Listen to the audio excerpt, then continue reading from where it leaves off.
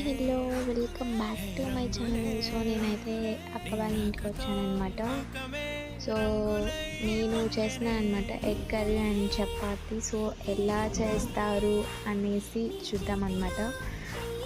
And మా దక్షి అయితే eagerly wait చేస్తూ ఉన్నాడు తినడానికి. అండ్ లిటరల్‌గా తను బొమ్మలు చూసుకుంటూ ఉన్నారనమాట. ఒకసారి మా దక్షిని చూపిస్తాను చూడండి.